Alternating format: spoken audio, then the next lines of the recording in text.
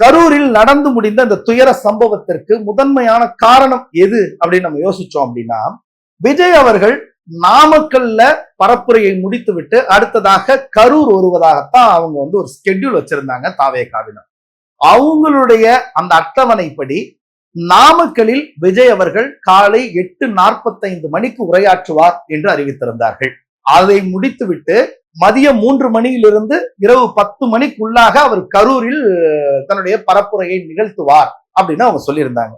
ஆனா தங்களுடைய ட்விட்டர் பக்கங்களில் தாவேகாவினர் என்ன அறிவித்திருந்தார்கள் அப்படின்னா, நண்பகல் 12 மணிக்கே விஜய் அவர்கள் கரூருக்கு வந்து விடுவார், வந்து அவருடைய உரை நிகழ்த்தி விடுவார் என்று அவர்கள் அறிவித்திருந்தார்கள்.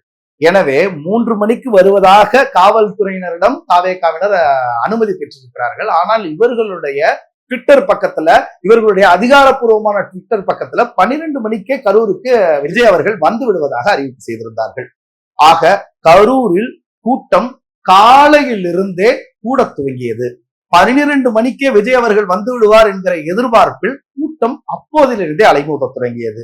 ஆனால் விஜய் அவர்கள் நாமக்கலுக்கே வந்த நேரம் மதியம் 2 மணி. அதை முடித்துவிட்டு அதன் பிறகு பிற்பகலில் தான் அவர் கரூருக்கே வருகிறார். கரூருக்கு குறிப்பிட்ட நேரத்தில் விஜய் அவர்கள் வந்திருந்தால் இப்படியான ஒரு நெரிசலை தவிர்த்திருக்கலாம் என்பது பலருடைய கருத்து. ஏன் தாமதம் ஆயிற்று? விஜய் அவர்கள் தன்னுடைய பரப்புரையை நாமக்கலில் துவங்குவதிலேயே ஏன் தாமதம்?